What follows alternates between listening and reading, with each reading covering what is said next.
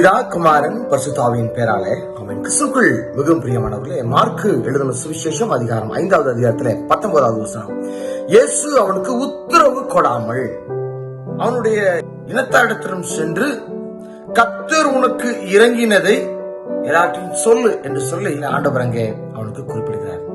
இந்த பகுதியில ஆண்டவர் அசுத்த ஆவி பிடித்த மனிதனை அங்கே குணப்படுத்துகிறார். குணப்படுத்தின வேளையில அந்த மனிதனோடு கூட நான் பயணிக்கிறேன், என்னுடைய வாழ்க்கையில எனக்கு விடுதலை அளித்திருக்கிறேன், உன்னோடு கூட நான் ஊழியம் செய்ய ஆசைப்படுகிறேன் என்று சொல்லி ஆண்டவர்கிட்ட உத்தரவு கேட்கிறார். அப்பொழுது ஆண்டவர் அவருக்கு உத்தரவு கொடுக்கவில்லை, மாறாக உன் இனத்தாரிடம் சென்று உன் உறவினரிடம் சென்று கர்த்தர் உனக்கு இறங்கி நன்மை செய்ததை, உன்னை விடுவித்ததை, உன் வாழ்வை புதுப்பித்ததை நீ எல்லாருக்கும் போய் அறிவி என்று சொல்லி அவனுக்கு கட்டளையிடுகிறார்.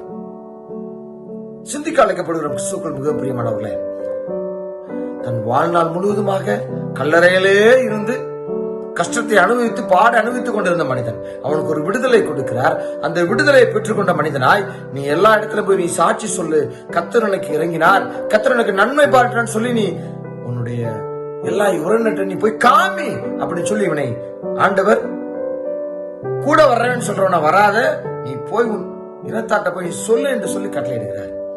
அதுபோலதான் கிறிஸ்துவுக்குள் மிக பிரியமான நம்முடைய வாழ்க்கையிலையும் சில நேரங்கள்ல ஆண்டவர் செய்த நன்மைகளை சொல்லு என்று சொல்லி நமக்கு உணர்த்துகிறார்.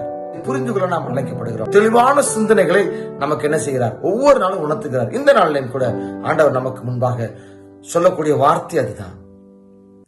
அவர் மறு உத்தரவு கொடுத்தார் என்று சொல்லி சொன்னால் அவருடைய வார்த்தைக்கு நாம் கீழ்ப்படிந்து நடக்க வேண்டும்.